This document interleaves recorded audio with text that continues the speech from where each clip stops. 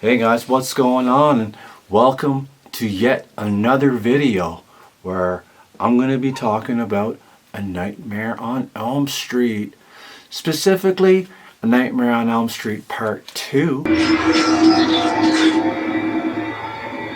Freddy's Revenge. I also have the NECA Nightmare on Elm Street Part 2 Freddy's Revenge action figure here. So let's talk about Freddy Krueger.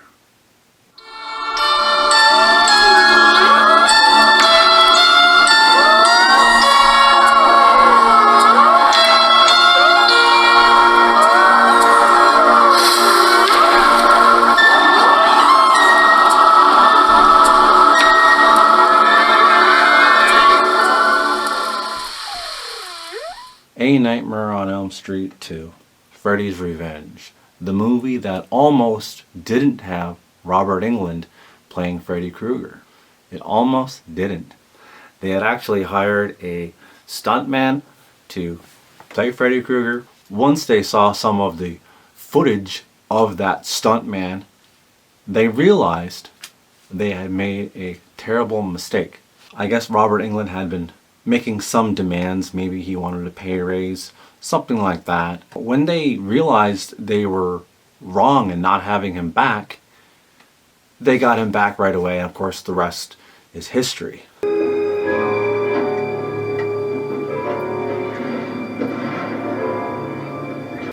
I've still got the N1 glove here made by Anders Ericsson for today's video, specifically because I wanted to make a point of saying that the glove from Elm Street 1 was used in Part 2. They used the same glove.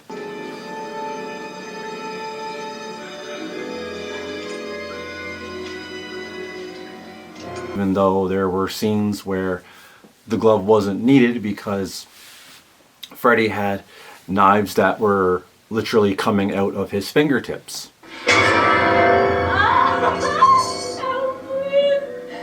Which, by the way, NECA did replicate here in this figure, which I'll get to here in a few minutes. A Nightmare on Elm Street Part 2 didn't do for me what the first movie did.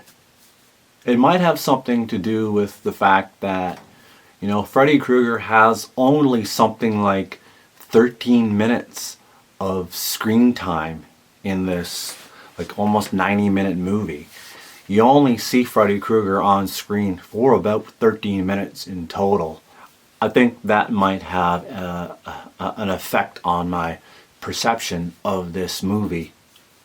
I mean, don't get me wrong, I did enjoy the movie when I first saw it. There are a few quite memorable scenes. One that comes to mind is, you know, Freddy jumping through the door, the glass door, and then disappearing. Even the scene at the pool party where he like jumps up from out of nowhere and starts terrorizing all the kids. It was a cool scene, even though the producers, the team behind this movie were breaking all the rules. I mean, Freddy lives in dreams. You don't bring him out into reality like they did.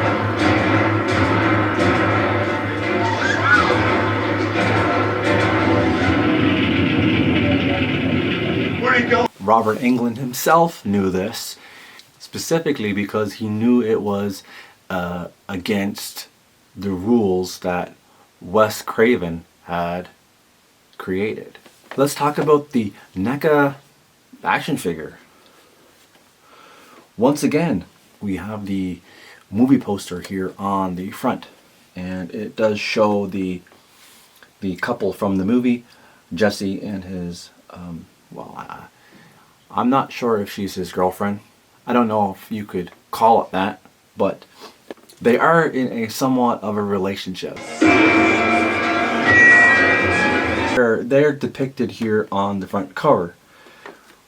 Jesse is holding her as he is looking in the mirror, and his reflection shows his face as half skeletal. He's wearing Freddy's glove here in the reflection in the mirror. And that is mainly because the premise behind this movie was one about possession. Where in the movie, Freddy is literally possessing the character Jesse. He's using Jesse to kill for him, and he mentions that a few times in the movie. Kill for me! Alright, so when we open it up, again it's got the window packaging, so you can clearly see what's inside. This time around you've got Freddy sporting a all-out red and green striped sweater. Even the sleeves are striped in this movie. From this movie on, when you see Freddy Krueger, his sleeves are striped as well, unlike in the first movie where his sleeves were solid red. Over here you see Freddy standing in front of flames. NECA have included flames here as an accessory, giving you the ability to recreate the pool scene if you were wanting to do that. You are all my children now. So the figure itself comes sporting Freddy's, what they're calling his monster hand.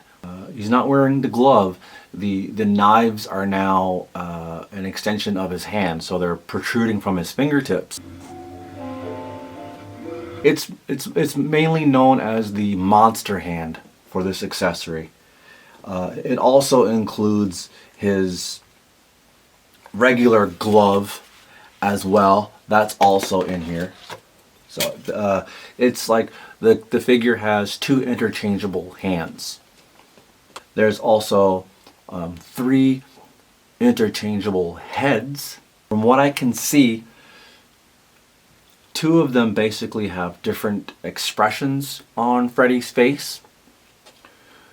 The third has a portion of his head exposing his brain to replicate that scene where Freddy does pull away a portion of his skull and shows his brain to Jesse. I've got the brain. So that feature is here as well. It also comes with Freddy's fedora down here, which you can remove, which is typical with these figures. I always say that the fedora in Freddy's Revenge is probably one of the best looking fedoras from all the movies. He can't fight me. I'm here. And then lastly, I mean, there's not a lot of accessories with this figure really, but lastly you have the 2 dogs that can be seen at the well, it wasn't Iron Foundry is what they were used in the movie. I guess in the storyline it's where Freddy would have taken his children, his victims, to kill them. When Lisa goes looking for Jesse, that's where she goes to look for him, because she knew that that was where Freddy took his children. So when she gets there, she encounters these 2 what look like Rottweiler dogs.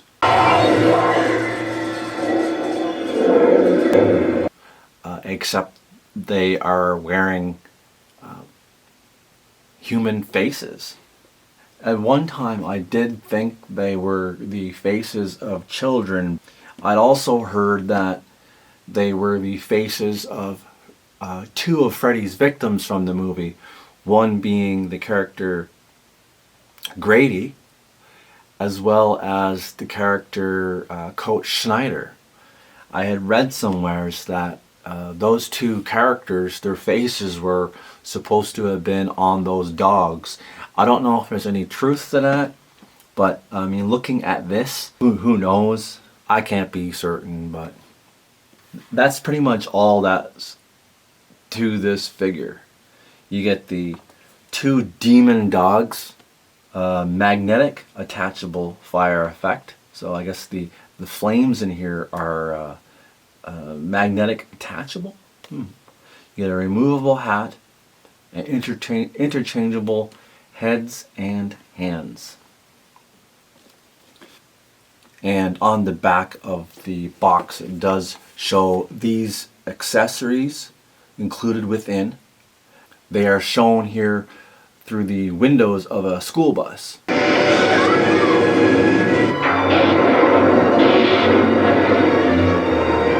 Look closely, it is Robert Englund without any makeup. It says here, it's been 5 years since Freddy Krueger tormented those hapless, it says hapless.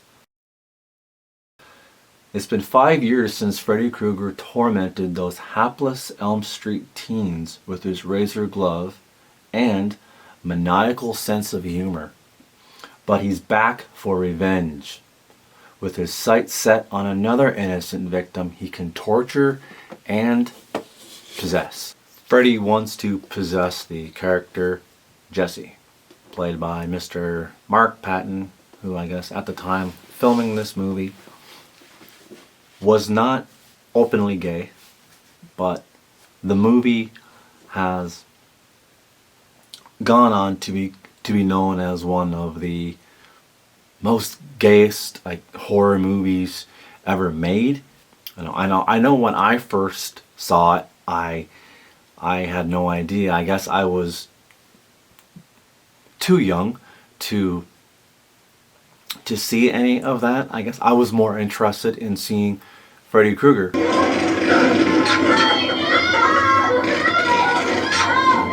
But watching it, years later, I mean, yes, there are scenes that make you go,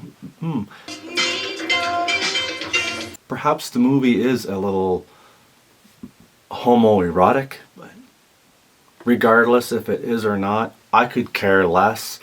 I'm a fan of A Nightmare on Elm Street and all the Nightmare on Elm Street movies. Do I like them all? I do like some more than others. In this movie, Freddy is still a badass motherfucker, and I know they attempted to give him more lines, so it was the predecessor to part 3, where in that movie he's just full of one-liners and he gets all kinds of screen time in that movie. But anyway, that's all I got to say about that, guys. This has been a video about A Nightmare on Elm Street part 2 and how fucking awesome it is to have the action figure of Freddy Krueger from the movie.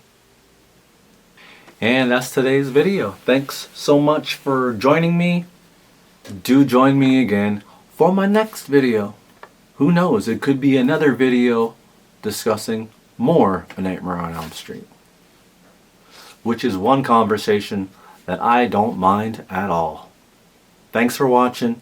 Until next time, like, comment, and subscribe. See you all in the next one.